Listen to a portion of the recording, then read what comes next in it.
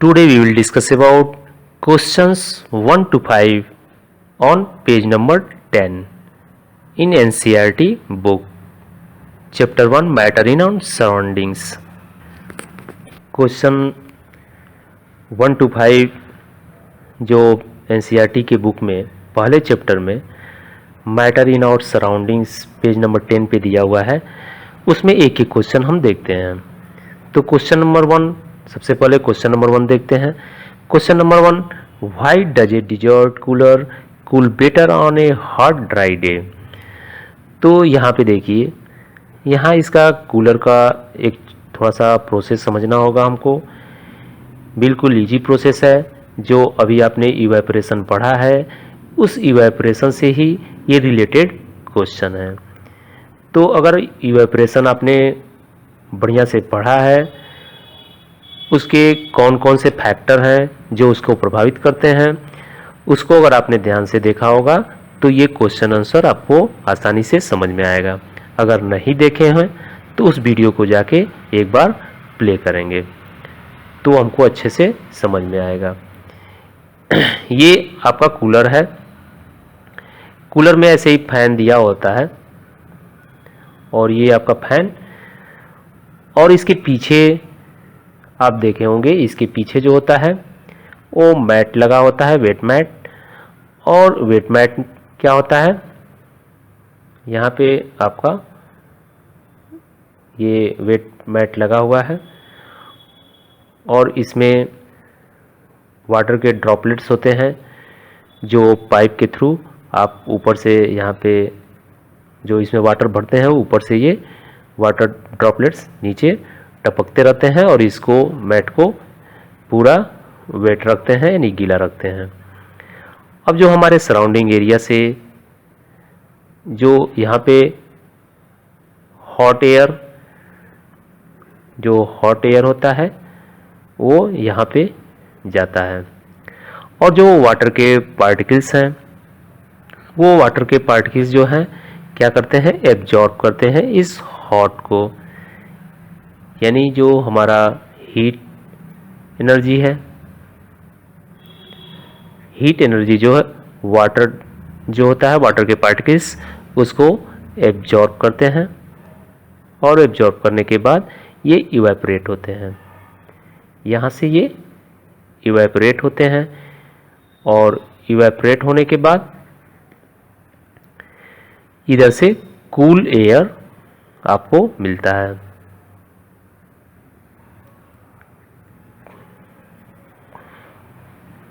Cool air आपको इधर से मिलता है। तो इसको सिंपल आंसर क्या लिखेंगे, इन summer day air is hot when air passes from wet mat of desert cooler, heat is removed to evaporate water leaving behind cool air. In other words, evaporation causes cooling of air. अभी evaporation में आपने पढ़ा।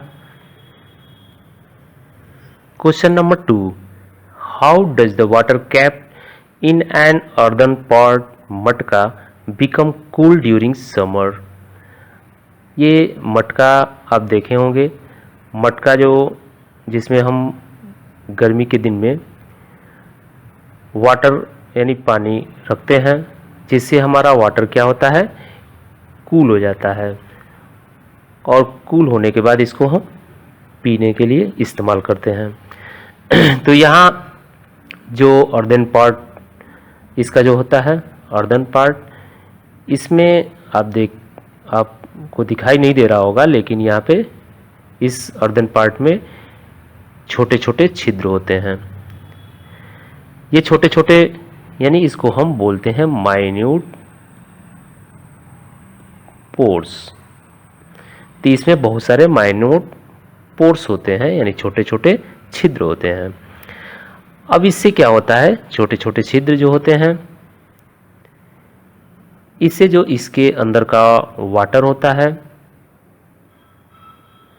Water जो हमारा होता है, इसे heat जो है हीट एब्जॉर्ब करता है और इसी छिद्र के थ्रू हीट एब्जॉर्ब करने के बाद इवेपोरेट होता है।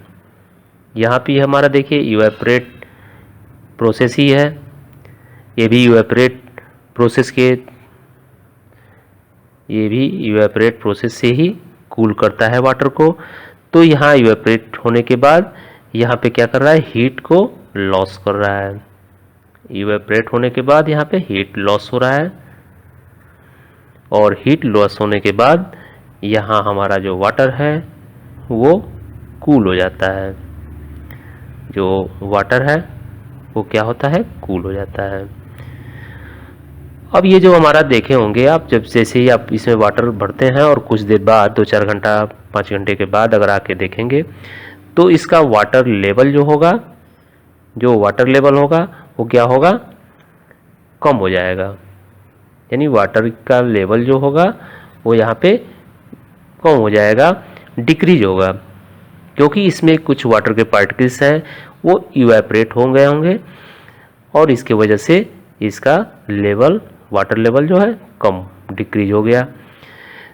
और ये पूरे, इसीलिए इस मटके को हर साल चेंज किया जाता है, क्योंकि इसके पोर्स जो होते हैं वो भर जाते हैं और न्यू लाने के बाद वो रहते हैं, तो इसके थ्रू इवेपोरेट होते हैं। इसका आंसर आप कैसे राइट करेंगे, इन अर्दन part very minute pores are there these pores help the water to evaporate. अब यही जो पोर्स है यही हेल्प करेंगे वाटर को इवेपोरेट होने में। दिस इवेपोरेशन नीड्स हीट,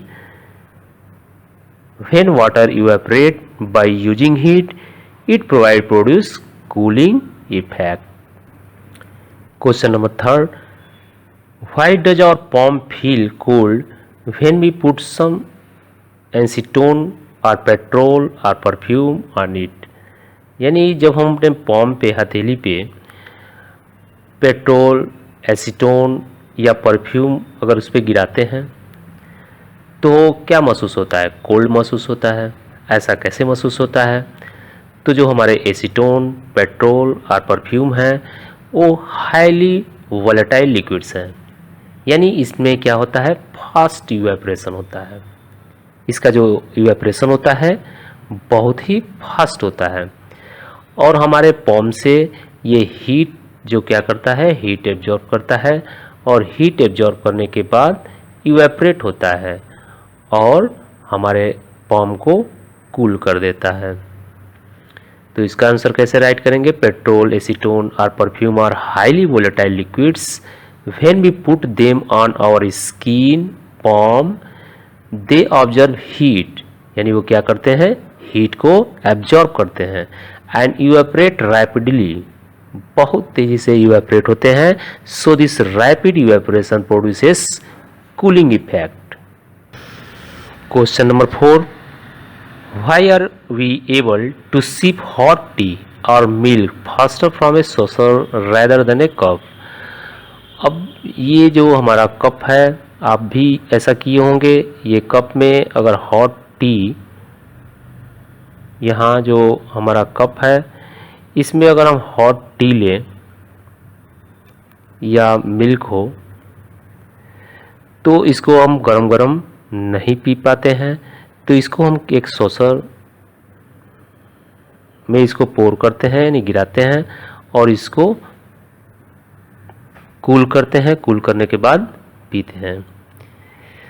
तो ऐसा कैसे हो रहा है, तो यहाँ आप देखेंगे कि जो हमारा सॉसर है इसका जो सरफेस एरिया है वो क्या है, ज़्यादा है। तो पिछले वीडियो में आपने पढ़ा था कि सरफेस एरिया ज़्यादा होगा तो वहाँ इवेपोरेशन फास्ट होगा, यानी अगर हम सरफेस एरिया को इंक्रीज करते हैं तो हमारा रेट ऑफ इवेपोरेशन जो है वो क्या होगा, फास्ट होगा। अब जब रेट ऑफ इवेपोरेशन फास्ट होगा तो यहाँ पे क्या होगा, जो लॉस ऑफ हीट होगा वो ज़्यादा होगा। तो लॉस ऑफ हीट जब ज़्यादा होगा तो हमारा कूल करेगा, यानी इसके सरफेस पे जो जितने भी मिल्क या टी के जो पार्टिकल्स हैं, ये पार्टिकल्स क्या करेंगे, ये सरफेस एरिया ज़्यादा है तो ज़्यादा यहाँ से ये हीट एब्जॉर्ब करेंगे। एब्जॉर्ब करने के बाद यहाँ पे इसका क्या होगा, इवेपोरेट होंगे।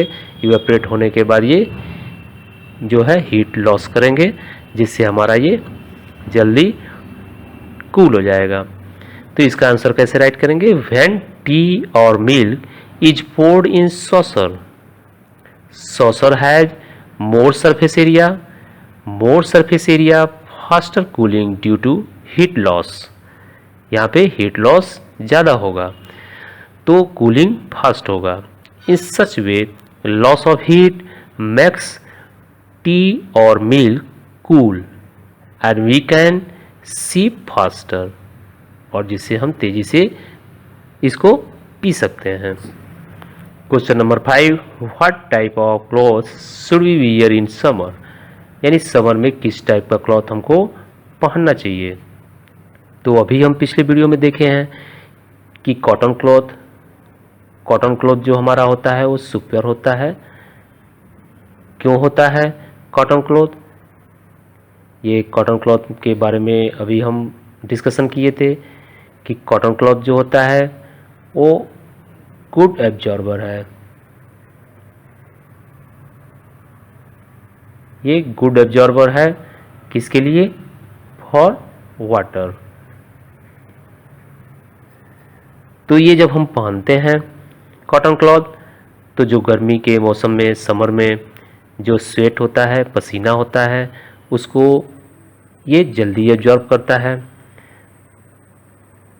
तो ये ड्रॉप ऑफ स्वेट जो होता है, पसीने का जो बूंद होता है, उसको ये जल्दी एब्जॉर्ब करता है और एब्जॉर्ब करने के बाद ये पूरे कॉटन में फैलता है बहुत तेज़ी से, जिसकी वजह से इसके सरफेस एरिया ज़्यादा हो जाते हैं। और सरफेस एरिया जब इंक्रीज होगा तो हमारा रेट ऑफ इवेपोरेशन जो है वो आप पढ़े हैं पिछले वीडियो में, रेट ऑफ इवेपोरेशन जो है वो भी इंक्रीज होगा, जिससे इसका इवेपोरेशन जो है वो बिल्कुल फास्ट होगा। और इवेपोरेशन फास्ट होगा जिससे ये हीट लॉस करेगा और बॉडी को कूल करेगा। ये हमारे ये जो स्वेट है, पसीना है, ये हमारे बॉडी का जो हीट है उसको ये एब्जॉर्ब करेगा और एब्जॉर्ब करके ये इवेपोरेट होगा और इवेपोरेट फास्ट होगा क्योंकि इसका सरफेस एरिया ज़्यादा है, जिससे बॉडी को कूल करेगा, बॉडी हमारा कूल हो जाएगा। तो इसको आंसर कैसे लिख सकते हैं? In summer day we should wear cotton clothes because cotton is a good absorber of sweat. When sweat evaporates, it produces cooling effect.